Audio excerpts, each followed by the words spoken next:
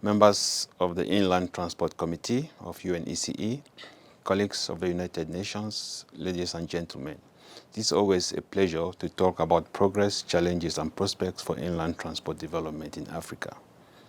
Inland transport is vital for the successful implementation of policies and strategies that African countries have prioritized over the years in their development agenda. This includes industrialization, enhancement of trade, both intra-African and between the continent and the rest of the world, and fast-tracking regional integration. Roads remain dominant in Africa, accounting for close to 80% of cross-border transport of goods, while the role of railway is insignificant with a share of less than 1%. However, this is expected to change with the implementation of the African Continental Free Trade Area. Research at the Economic Commission for Africa shows that the free trade area may boost the share of rail transport on the continent to about 7% by 2030. A review of the Program for Infrastructure Development in Africa undertaken last year by the African Union Commission and the African Union Development Agency showed that progress has been made in implementing projects of the program, including transport projects. The report attributes a slight increase in intra-African export to improvement in road and rail infrastructure.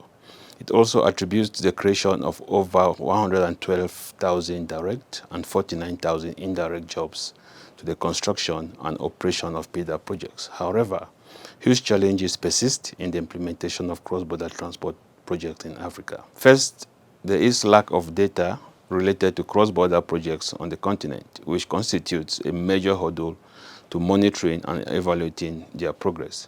To address this challenge, ECA is assisting regional transport corridor organizations to use satellite imagery and artificial intelligence to manage their infrastructure assets.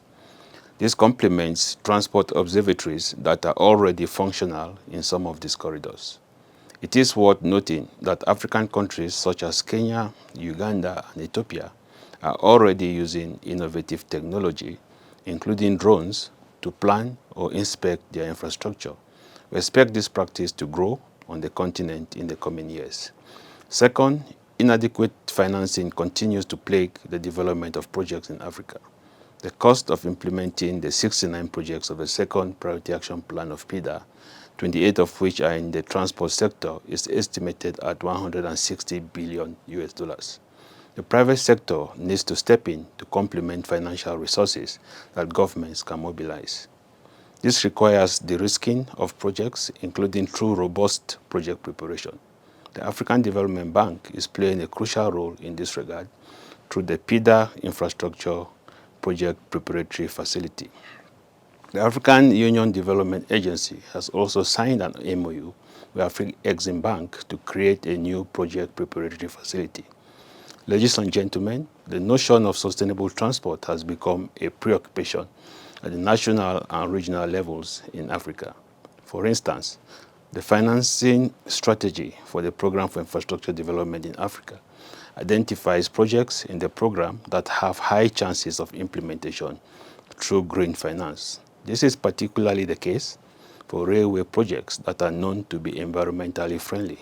An example is the Lapsset rail project that links the port of Lamu in Kenya to Ethiopia and South Sudan. Some African countries are also implementing policies to reduce CO2 emission in the transport sector. For instance, Ethiopia has provided incentives such as reducing taxes for electric vehicles and is even discussing the option of banning gasoline and diesel-powered cars, thereby positioning itself as a leader in sustainable transport. ECA's ongoing research is exploring opportunities offered by green hydrogen development to Africa, including in the transport sector. Ladies and gentlemen, let me end by highlighting that road safety is still a big problem in Africa. Many countries on the continent lack strong road safety management capacity, which is fundamental to reducing road deaths. That is why ECA has prioritized road safety management in its advisory services and technical support to member states. In this regard, we are implementing projects in the Kingdom of Eswatini and the Gambia. The ECA is committed to partnering with organizations in Africa and beyond to scale up our work in this area.